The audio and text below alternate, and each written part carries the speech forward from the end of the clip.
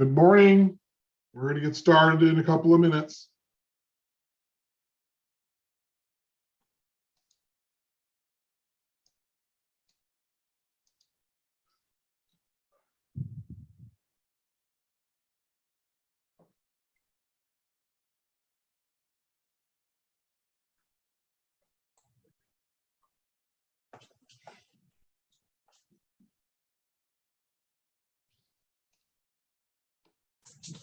It's okay, honey. Morning, Jean. How are you? Good. How are you? Good.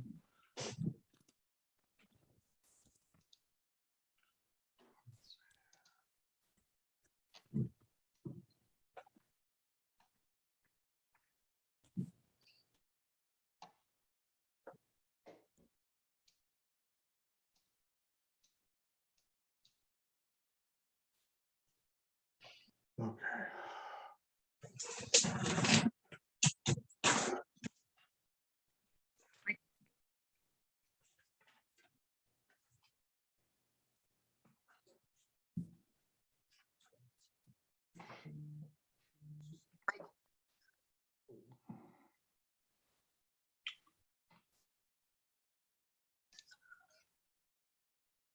I only have 3 socks. I'm Okay. gonna try and turn my audio off. Mute. Go ahead and mute yourselves.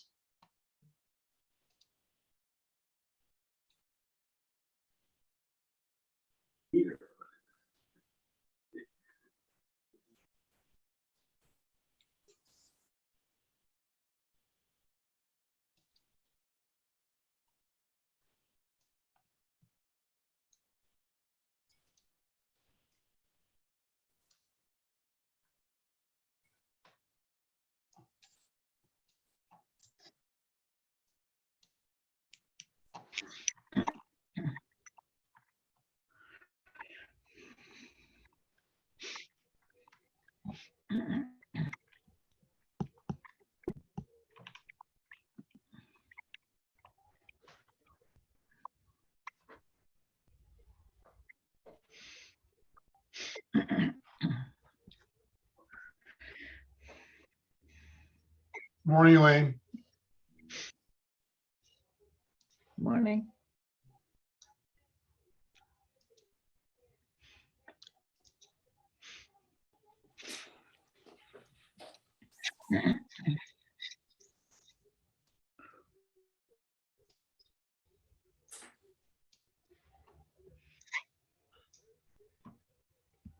So we have a bunch of people still joining, so we're going to wait until just about 10 o'clock to get started.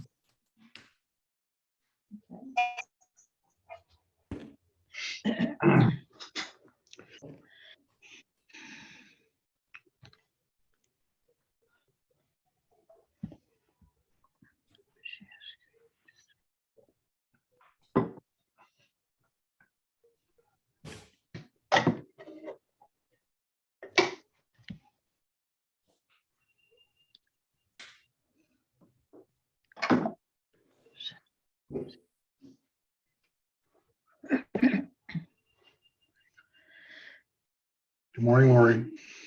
Morning, Mona.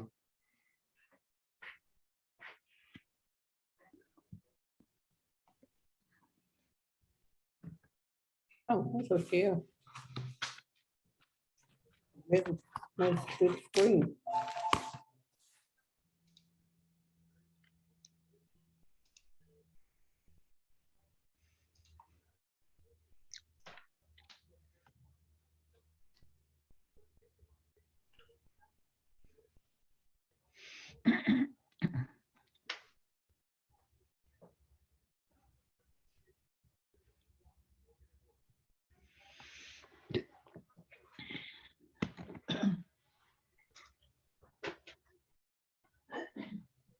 Nobody wants to be on camera this morning. Morning, Sylvia.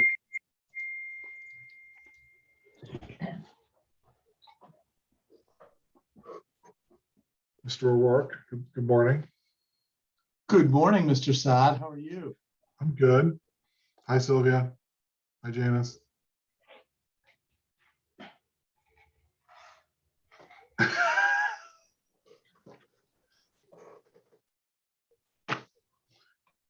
Okay, it's 10 a.m. on my watch. So we got pretty much, looks like we got a pretty full house this morning. I don't want to keep you all waiting. We're going to get started.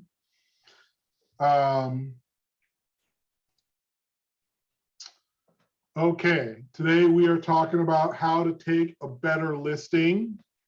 My name is Sam Saad, and I am going to be hosting this Zoom call. And because I am an attorney, we're going to start off with a disclaimer that I am providing you advice, but it's not legal advice. And if you have any specific legal questions, you can ask me separately, but this does not create an attorney-client relationship. Having said all that, you should feel free to post your questions to the chat, to unmute yourself and ask me questions. We're going to limit the war stories this morning, but we are going to respond to your questions and help you understand how to take a better listing. The purpose, the goal of this today is to educate you in some areas of real estate that help make you more efficient in your practice. And done this presentation several times, gotten some good feedback, and I look forward to lots of questions. So really feel free to ask as many as you have in the time that we have together today. A little bit about who we are. My law firm was founded in 2007, and we focus on real estate and business law. And we help small business owners, entrepreneurs, buyers, sellers, property managers, everybody in real estate. And one thing I want to point out is small business owners includes realtors. If you have questions about your business, incorporating, not incorporating, LLCs versus S corporations, and all this stuff that you hear about, and any of those things, you can always call me. We're well versed in that here. We have a full service litigation department, and we close on transactions throughout the state of Florida. I put a slide in here about me. I know most of you have spoken to many of you.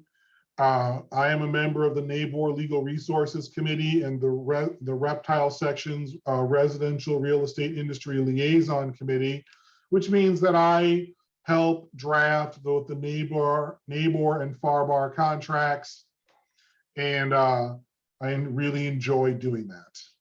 And so I know them intimately. If you have any questions about the contracts, you can call or email or text me anytime. I'm happy to talk to you about them. I love doing it. Today, we're going to talk about what the title attorney does, the title process, talk about taking listings and getting you from contract to closing. I've added a couple of new things in here, a couple of slides. So I know one or two of you have seen this before. You're going to get some new information. We've had fraud is a major issue, and we're going to talk a little bit about how to deal with fraud in your listings. But let's dive right in. And people always say, what do you do for a living? You're an attorney, you're a real estate lawyer. What do you do? What does the title attorney do, and what is the title process? So let's talk about that for a second. What does the title attorney do? Well, once the contract is signed, in my office, we handle the rest. We manage the deadlines, which of course is the biggest thing. We help negotiate inspections. We work with your lender. If there's a short sale, we help negotiate that. We manage the contract terms, and of course, we do the closing. And all the while in the background, we're clearing title. We're looking for association estoppel letters, utility liens, tax liens, mortgages, lines of credit, code liens, all the stuff that you hear about in your real estate practice, we're doing in the background to clear title.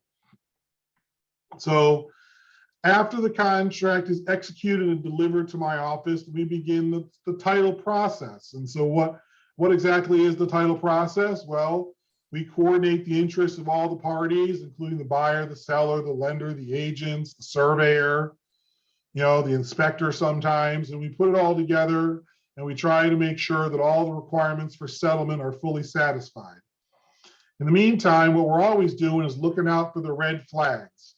And this is really what I want to talk to you all about today, is how to avoid some of the red flags of closing. So, when you've got an attorney involved in the transaction, you're going to get issues are going to be looked at that will delay the closing. And I like to say that in my office, we are working to resolve those issues so your closing can keep going. And that's, I think, a very important part of the service that I provide, is that I'm going to call you up and say, hey, we got a dead person on title, but don't worry about it. Here's how we resolve that issue. We get this death certificate, we get the probate done, whatever we got to do to get the closing taken care of. In my office, we just handle it. And I will always work to keep you informed about the issues so that you know what's going on. So what are some of the red flags that will screw up a closing? Here's some of them. Divorces, separations, we have to look at marital settlement agreements. We have to get quitclaim deeds from ex-spouses.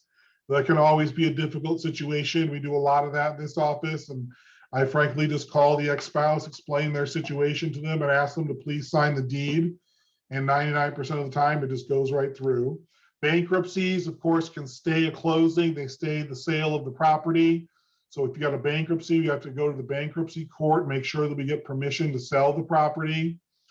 Similar, if there's a foreclosure, we've got to get the foreclosing lender payoff and possibly short sale resolved. Recent marriages of the buyer or the seller, somebody's been recently married, we have to add them to the mortgage if they're getting if the buyer is getting a loan.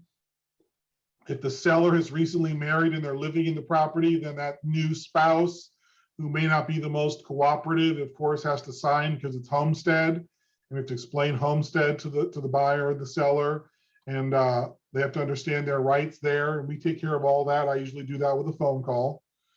Liens or judgments, those have to be satisfied. If it's a true lien or judgment against the property or the owner, then we've got to take care of it. And by the way, this goes for buyers. If a buyer's got a judgment against them, they're not going to be able to get a loan because the judgment will attach to the property as soon as they buy it before the mortgage does. So we have to deal with that as well. Of course, this is a part of the country where we deal with a lot of death. Unfortunately, a lot of older folks, widows and widowers, and we're dealing with death certificates and probates and the proper probating of the estate to make sure that we can sell the property. We deal with that. We refer our probates to a couple of really good lawyers here in Southwest Florida that know what they're doing and get it done quickly and get us the information back so we can keep the closing moving. And of course, we have to use the clearance period for this, and sometimes we need extension, so I will get in there and help negotiate that. And then, of course, any easements obtained or given, especially for those of you that work with vacant land in the Golden Gate Estates. You see a lot of easements for driveways and things that have to be dealt with. So we'll deal with those. At this point, any questions about these red flags? Anybody have any thoughts or concerns? That we're gonna cover all of them a little bit more. So, okay, seeing none. Few more red flags to think about. Encroachments. Is the fence in the right place? Is the shed too close to the property line? Sellers or buyers that won't be present for closing. Can we use remote online notary to get people signed? If they're a US citizen, we'll use a remote online notary. If they're not a US citizen, we'll do a mail away. Is there a power of attorney? We're talking detail about powers of attorney, trust, probate. Are the sellers foreign? FIRPTA applies to every single real estate transaction in the United States. Either there has to be an exemption or a withholding. And I did a whole class on FIRPTA, so we won't spend too much time on that right now. Guardianships. I've been doing a lot of guardianships lately. Got 3 or 4 guardianships going. And if someone is incompetent, if they've been judged mentally ill, if they've got Alzheimer's, then we have to get a guardian in place to sign for them. Typically, that's another attorney or a relative that is under the court's order. That requires a power of sale, an order of sale from the court when you have a guardianship usually. So you kind of have to go to the court twice, once for the guardianship to get the guardianship started, once for the power of sale, order of sale, once we get a contract on the property. And then, of course, if there are any association liens, those have to be cleared. I should add with association liens, that includes association violations. If there are violations again of association rules and there are fines, those will be paid by the seller at closing. Okay, any questions about the red flags? Going to move on to the title process. If we have any questions. Let's see. Nobody's jumping in. All right. So let's talk a little bit about the title process. You know, what's going on in the background here. We're clearing liens. We're looking at all these issues. You know, we start with a title search. We research title to the property. We look through the title abstract and the history of the ownership, and we're looking for liens or claims. And our goal is to get marketable title, I'm going to say that again, marketable title to the buyer. That's what they've bargained for in the contract. We order a survey. We usually do it right away because surveys take a while. You need a survey if you're getting a loan, unless your seller can sign a prior, sign an affidavit saying that the prior survey hasn't changed. You know, when I've got buyers, we always want that to happen, and the contract says the seller will sign it, but the seller needs to be cautious and understand what they're getting into. So if they sign the survey affidavit that says they haven't done anything to the exterior of the property, haven't added a pool cage, haven't added a fence, haven't changed the air conditioner. So there's a lot of things that would cause a seller to not sign a survey affidavit. And we order surveys in almost all cases. You know, next we're looking for the property taxes. We make sure all the taxes have been paid. We look at the association, the utility company to confirm that all payments are current. And then, of course, we get the title insurance policy. We prepare the commitment, which is our Bible, tells us what needs to happen to get that marketable title to the buyer. And we, of course, when we issue the policy for owners and lenders, we go through the loan documents and we coordinate with the lender. We make sure the mortgage is filled out correctly, that the note has the correct terms, and the other documents are all received in our office in a timely fashion. And our goal is to make sure that that mortgage properly secures the property so that our title insurance is in place. And then we do the closing, of course. And for those of you that have closed with me in the past, you know that typically I or my associate Jerry will sit with the buyer, the seller, and we conduct the closing. We sign all the papers, and then we disperse all the money and pay all the vendors. We pay off the mortgage, and we return the loan documents to the lender after they've been recorded. And recording is it's our responsibility to make sure that everything is properly recorded at the courthouse. That's the clerk of court's office for the county. And we make sure that everything that's supposed to be released from the seller is released, and we follow up on that. Okay, any questions on the title process? Everybody understands what we're doing over here. Okay, I don't see any questions. So let's talk about taking a listing. What can you do to make the listing process go more smoothly? Said another way, how can you save time and not waste money on bad listings because there's an issue from the beginning and you may not want to deal with it? So let's talk about what to do even before you go on the listing appointment. The first thing that you should do when you get a listing is look at the prior deed. You can get a link from the MLS. You can go to the property appraiser's website for your county. And it's going to tell you who you need to deal with. That prior deed is kind of your key to make sure that when you go on your listing appointment, you've met with the right person. You know, someone may call you and say, I want you to sell my property. You may call someone and say, hey, I want to sell your property. I got a buyer. But the deed is going to tell you who you actually need to deal with. If there are multiple people on the deed, we're going to need multiple people on the contract and multiple people on the deed out. And just look through the public record. Go to the clerk's website, search for the names, go to the county appraiser's website and the tax collector. Amy, you're asking me, are you saying the names of the county appraiser's office is not the same as the deed? Amy, typically The appraiser will have the correct parties listed, and they will also have the most recent deeds listed. Just click on that link at the appraiser's website and look at the deed to make sure that it's correct. If it was signed with a power of attorney, we'll talk about that. If a person has passed away, the appraiser may show an estate and you have to find the PR. But just looking at the deed just tells you typically who you have to deal with. And the property appraiser, generally is a good source as well, but particularly with Collier County, sometimes they're off. Are there any ex-spouses, any deceased parties? Is there an LLC owner, trust owner, or did somebody sign as power of attorney? We've got to look at all of those things and figure out, the goal here is to find out who has the power to sell the property, who has the authority to sign as the seller. And if there's an ex-spouse, we may need a quitclaim deed. If there's a deceased person, we may need a death certificate or a probate.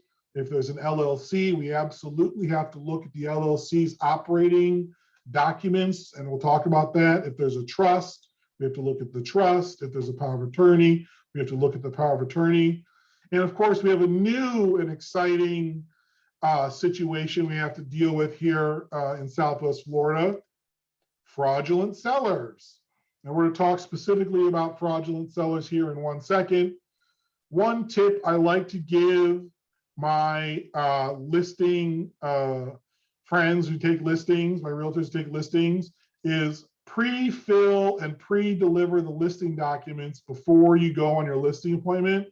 You're going to look really professional and really ahead of the game, and you're going to avoid arguments with your potential sellers because you're going to say, I looked this up, I took care of it, here's the documents, I'll explain them to you and you'll sign them. Now let's talk about fraudulent sellers. This is becoming a major issue. I've already taken 2 calls this morning on fraudulent listings where realtors have taken listings and they're having a problem. So what are you looking for?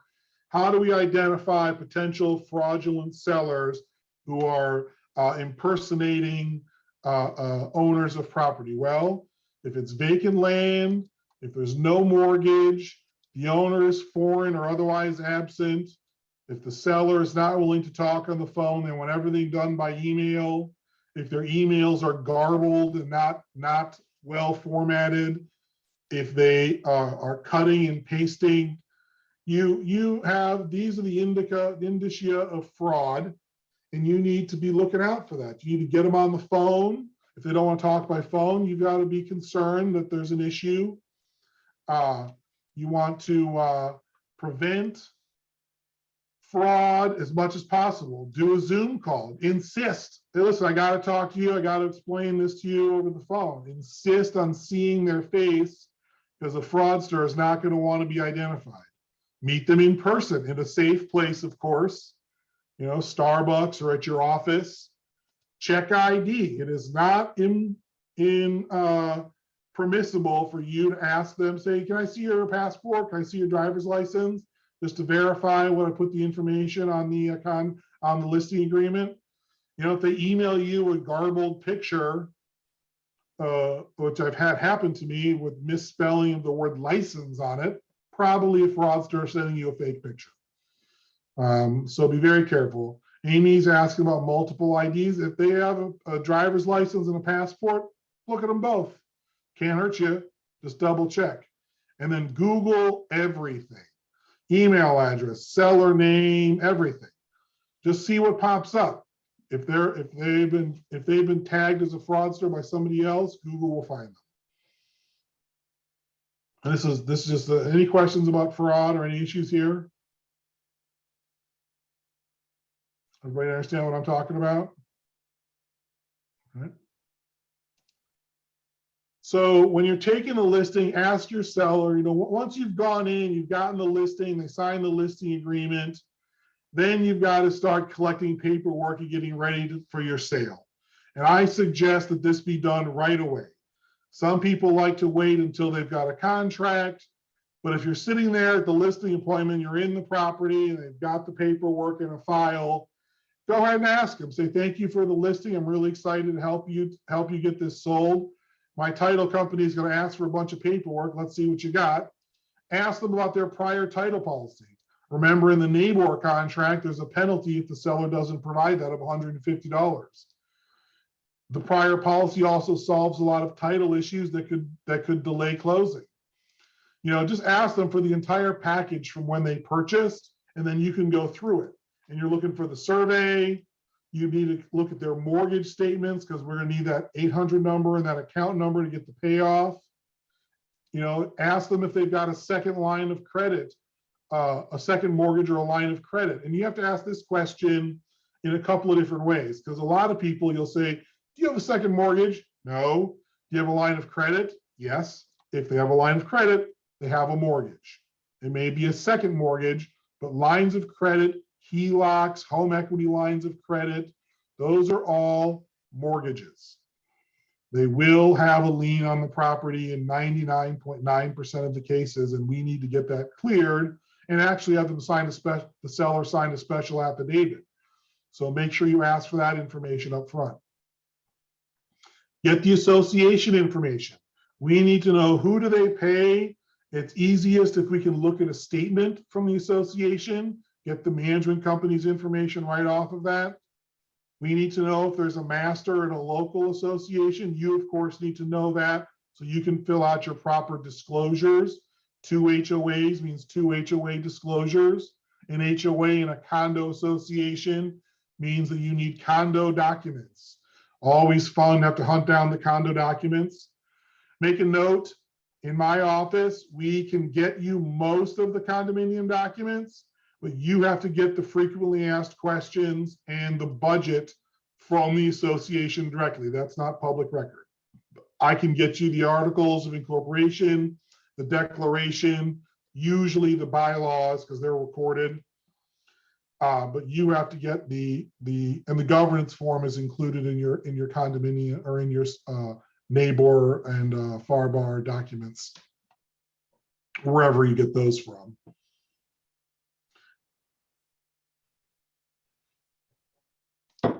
Okay, next up, ask them about, say, who I saw in your record here that you had a power of attorney. Can I get a copy of that? If someone's passed away, as you're talking to them, they mentioned a spouse has passed away, you need the death certificate, ask them for that.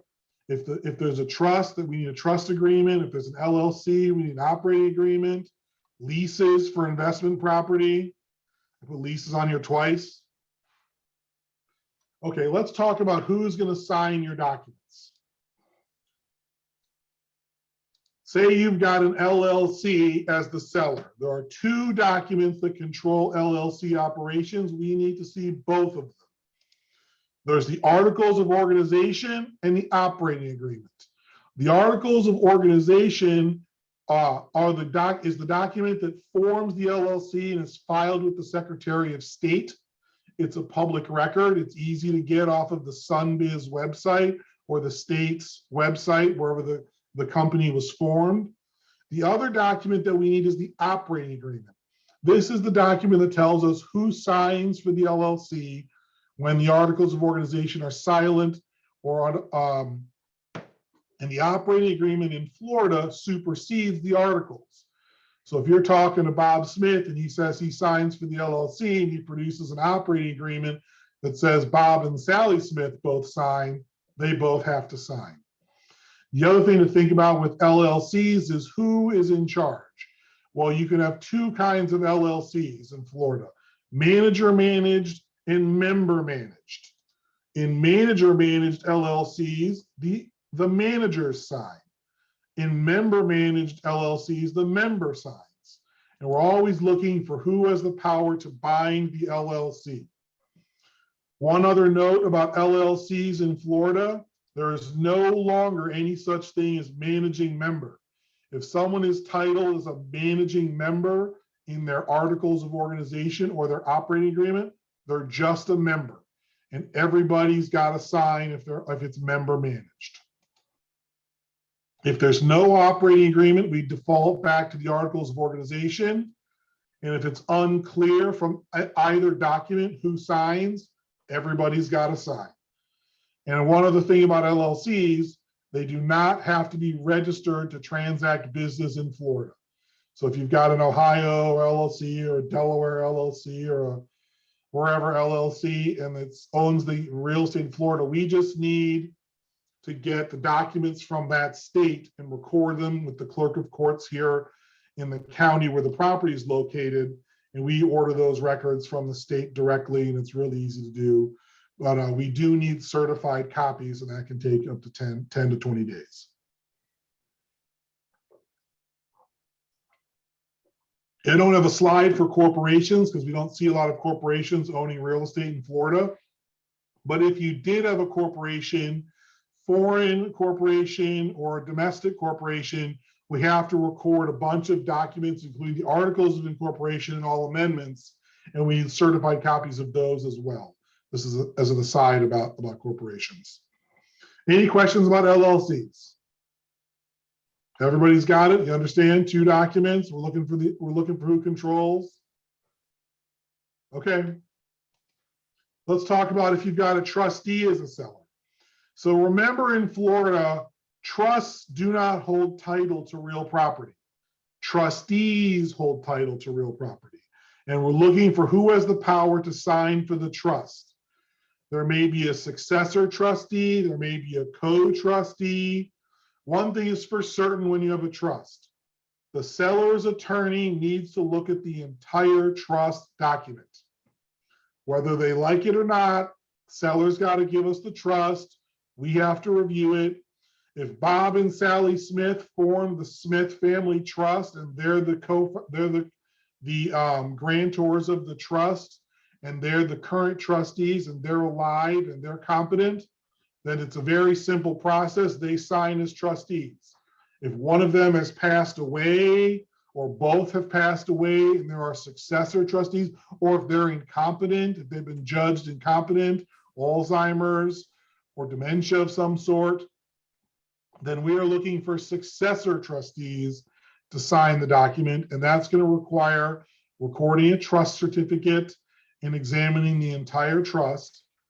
And that's sometimes difficult for sellers to understand, but it is absolutely essential in every case where there's a trust.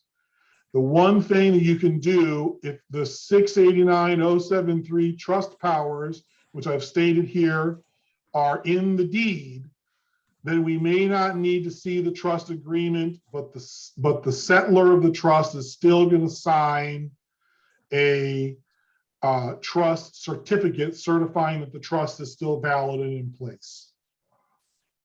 Okay, any questions about trusts? The number one thing about trusts is have the attorney review the trust before you sign the listing agreement to make sure you have the right parties on it. Questions about that? Seeing none.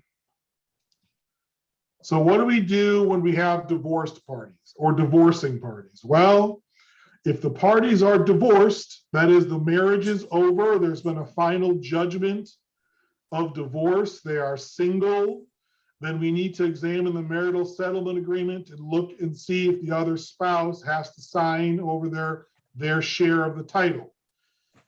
In most cases, this is what has to happen. We need a quitclaim deed from one spouse to the other because divorce lawyers tend to forget that step, which is very frustrating, but unfortunately true.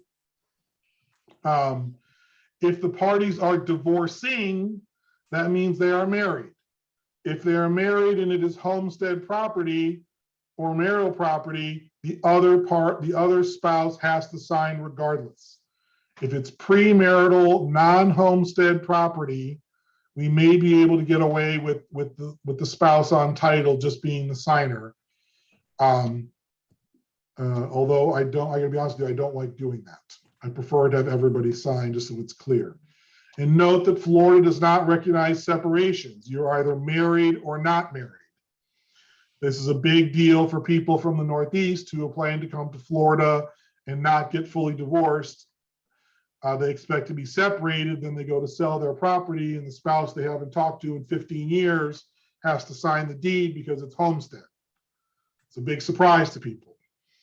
Unfortunately, that homestead in Florida is very pervasive. It protects a lot of people and provides a lot of security, but it has some issues, and this is one of them. Just be aware that if someone tells you they are separated, they are married in Florida. So another issue that comes up a lot, of course, is dead people on title. We may need a probate, depending if it's entireties or joint tenancy property. We may just need a death certificate, and we may just need some affidavits filed if the probate was completed but not done correctly. It just depends on title. There's a lot of permutations when there are dead people on title.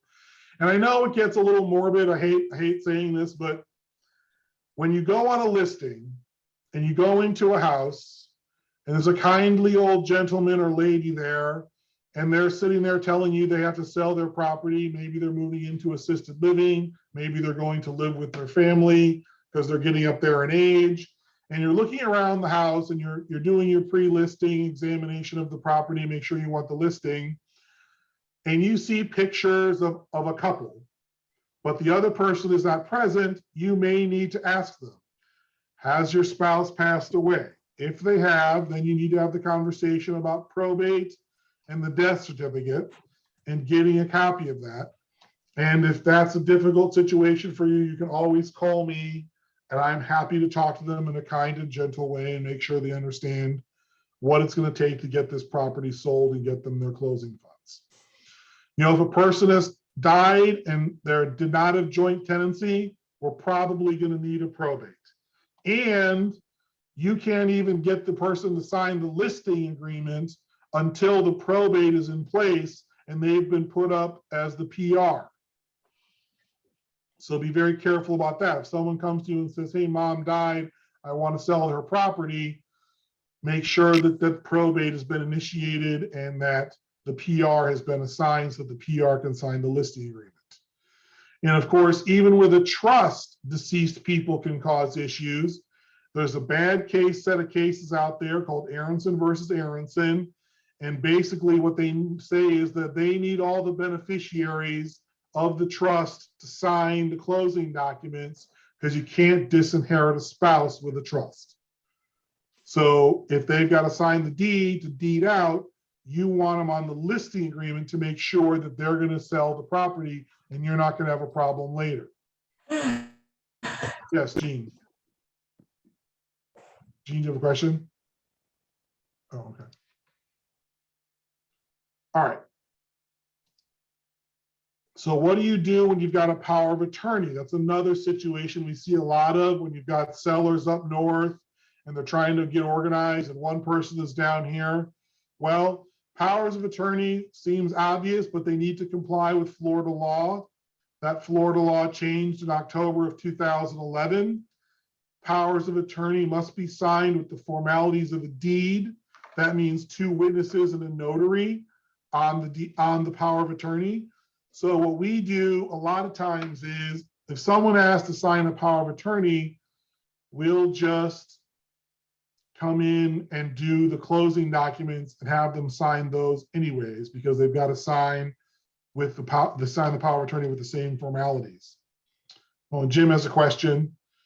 Does the probate need to be in other state first if the person died, not homestead property before Florida probate? Jim, just depends. You can do a regular summary administration in Florida for just the property if the rest of the estate is up north, or you can do an ancillary probate in Florida if you've already done your probate up north. This depends on what you do first. Okay, getting back to powers of attorney. Again, two witnesses and a notary on the power of attorney. If the seller has a power of attorney from a different state and it's valid in that state and it's signed after October 2011, then we can get an opinion letter from an attorney in the home state that says the power of attorney is valid and complies with that state's law. And then we can use it without two witnesses and a notary on it. In most cases, it just depends on the situation. I would say this about powers of attorney: as soon as you find out you're dealing with a power of attorney, call me.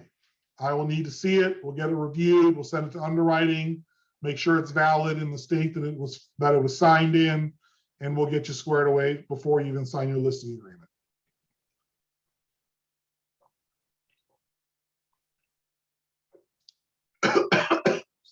Excuse me. So the next thing to talk about is the durability of powers of attorney. If a power of attorney is durable and the seller is incapacitated, we can still use the power of attorney, and the ward can sign. I'm sorry, the agent can sign. We must have the original power of attorney for closing. There's no ifs, ands, or buts about this.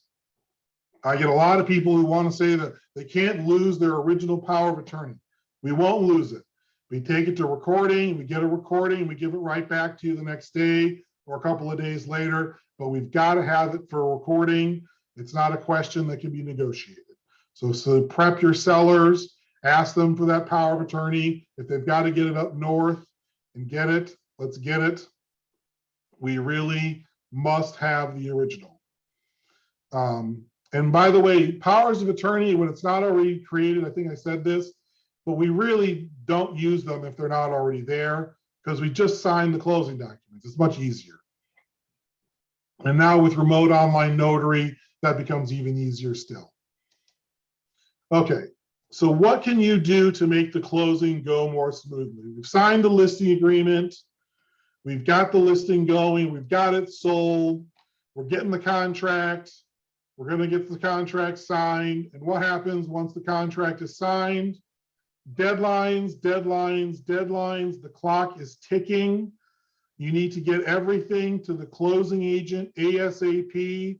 That's all pages of the contract, the power of attorney, the death certificate, the trust agreement, the operating agreement, the contact information for the parties, the prior title policy, the survey, the mortgage statements, association information, everything that we've talked about, the commission information. We send out commission verification forms right away now because the lender needs to see all that on the closings, on the settlement statement if there's a loan. And we send out the buyer and seller information forms to our customers, to our clients, and you need to help get those filled out. As a matter of fact, I'll say this again later, but the seller and buyer information forms are a great checklist for you as the realtor, and they're available on our website, sodlegal.com and paradisecoasttitle.com. You can see the forms and use those as questions when you're with your buyer and your seller. So what should you bring to the closing agent? What should it contain? Well, we want the associate, all that stuff on the prior slide, the association information, the contact person, the association, the application if needed. The seller needs to provide that to the buyer. And if you use FAR/BAR contracts, it says right in the contract that the seller shall initiate the approval process. That means the seller gets the association application and gives it to the buyer. We need that power of attorney. We need all this stuff in your closing package. Whoops. More stuff that we need in your closing package, the LLC documents. Now, one last thing I want to say as I wrap up here today. Anyone have any questions about any of this before I go to the last few slides? You know, what you need to think about when you're using a closing agent. Obviously, I do real estate closings. I want your business. I want to help you be the best agent that you can. You know, we're a resource for you. You can always call me. What information do we need from you? Well, we need the buyer and the seller information form. We need bank information. We need you to know the red flags. And I say this with every, in every closing, every legal issue or problem can be resolved. We just need some time. So that's what we need from you as the realtor. What should you expect, or I should say, what should you demand from your closing agent? Well, the two things are information accurately and timely delivered. You want your closing done right and right away. And one thing you can always test, for those of you that that maybe don't use me for closing, ask your title agent when they order the title commitment. If they don't order it immediately, if they're one of those title companies that waits until after the inspections are done because they don't want to spend the money, they're doing it wrong and you're not getting the best service, because that title commitment contains information that will give us early notification of any title issues, and we'll get them resolved prior to closing in almost every case. So with that, I will take questions. Come on, no one has any questions? Somebody must have questions. Come on. Sam, Hi, Earl. how are you? Good. Can you explain a little bit about the governance? Where did you say that form is? I know we've had trouble in the office before. The governance form, yes. So in the contract, the NABOR contract says that you will deliver the association documents, including the governance form. The governance form is a state-produced form that just tells about governance in condominiums, and it is available in the forms folder for form simplicity and zip files. NABOR puts it out, I believe, as part of its forms package. So you should be able to get it. I know it's in form simplicity, which is what I use, but I think Okay. it's in all the other systems as well. If you just search for governance form, it should pop right up. Okay. Thank you. Tiffany, what slide? I'm not sure what slide I skipped. Can you tell me specifically which one you're looking for in the chat there? And then Kathy is asking, a POA dies with the person, what if it happens to be the middle of the sale? Yeah, Kathy, if the POA, if the person who gave the power of attorney, the principal dies, the POA dies with him. And you have to go to probate. In almost every case, unless there's joint tenancy on title, you're going to probate. Leslie is asking, all owners have to give you our Q&A and financials. No, Leslie. The seller has to provide all of the documents listed in the contract. There are 6 of them. That's the articles of organization, the declaration, the frequently asked questions, the budget, the rules and regulations, and the governance form. I can get you the articles of organization, the declaration, the bylaws, and the governance form sometimes, but you have to get the Q&A and the financials from the association directly. Other questions? Sam, this is Arliss again. Yes, sir. Yeah, I have learned in the last few transactions that I've done that the associations won't really give us those informations anymore, that we have to have our sellers ask for that. That's Is that right. becoming? Okay, so that's what's becoming the A lot normal. of the associations now are going to like condocerts.org or some of these other websites. You got to pay money and they send you a whole seller package, including the application and all the documents. So that's becoming more prevalent. But yes, a lot of times the association tells the realtor, no thanks, pound sand, and the seller has to use their powers under the statute to request information. Janine is asking, they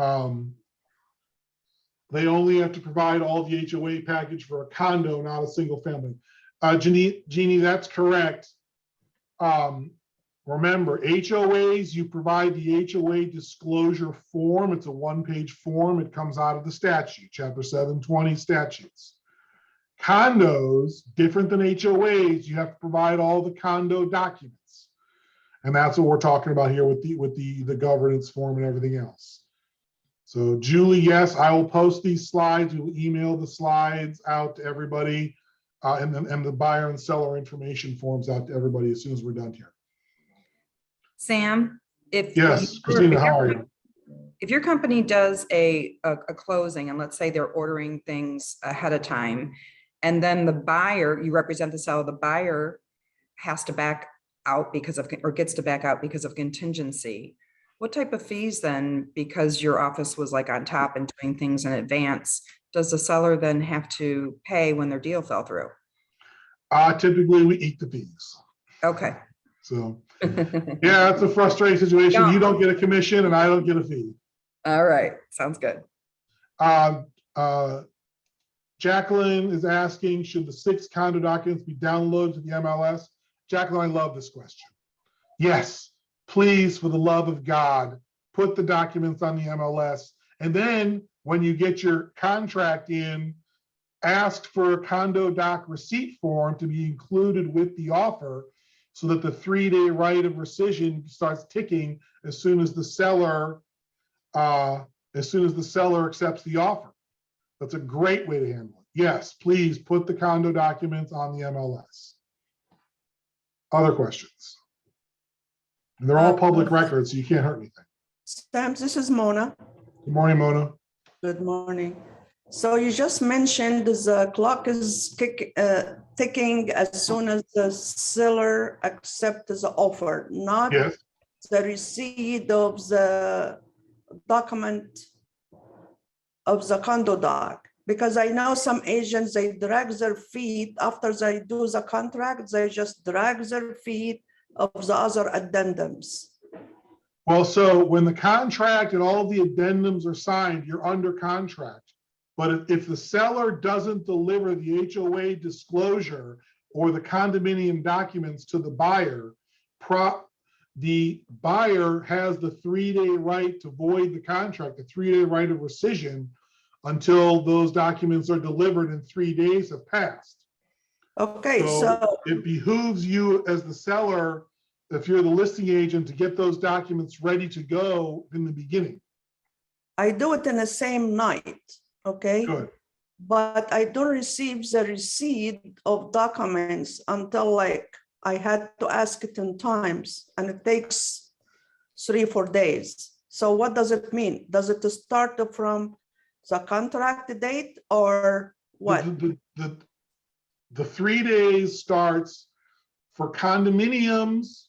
The 3 days starts when the documents are delivered to the buyer. If the buyer refuses to sign the condo doc receipt, you need, as the seller, need to prove delivery either with an email read receipt or some acknowledgement from the selling agent that they received the documents. If you have the condo, if you have an HOA, not a condo, a homeowners association for single family, then you want the HOA disclosure form signed prior to contracting so that there is no 3-day right of rescission. So in a condo situation, I understand that buyers and buyers agents will drag their feet a little bit in getting the condo doc receipt signed. You need to stay on them and you need to have proof of delivery from the date that you signed or provided the documents. When you're in an HOA situation, not a condo, you have more control because you can say, I'm not going to accept your offer unless it comes with a signed HOA disclosure form. So you get a little bit more control in a single family situation than you do in a condo situation. With a condo, you just have to prove that delivery somehow. Either ask for a read receipt, confirmation that the email was received, send it through a web portal that shows it was read. You can do that. I believe that feature is available in Dropbox and some others. Christina is asking if she can prove the emailing of documents that should suffice. Exactly, Christina. If you can prove receipt of the documents by the buyer, and by the way, the statute says buyer, doesn't say buyer's agent. So you need confirmation that the buyer saw the documents, not just the agent. Little different than the other notice provisions in the contract. So be very careful there. Other questions? Yeah, Sam, you mentioned about the probate. How long is the probate going to take somebody? So That ends up to be the a problem. typical probate, we don't need to wait for the probate to be complete in most cases. So typically what we're doing is we're opening probate, we're getting the personal representative assigned, and we're getting the power of sale from the court if it's not in the will.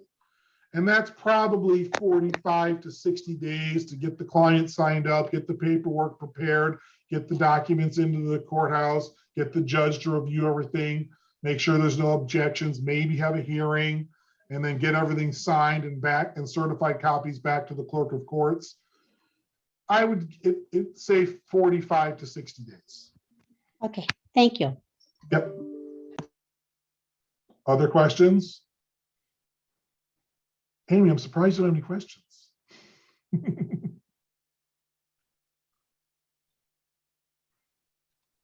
All right, if there are no other, what? Mostly because you've answered a lot of the 3 questions I walked in with. Well, that's good. All right, if there are no other questions, we're bumping up against an hour here. I am going to get this video posted to my YouTube channel.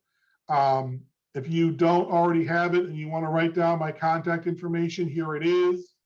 I will send out an email with the slides and the buyer and seller information form in probably in a couple hours once I get all this processed. But thank you all very much. You guys are great. I'm looking forward to the next class, which we will send out in an email. And in the meantime, you know, you can always call me with any questions. I love talking to realtors about their business. So with that, thank you and have a good day.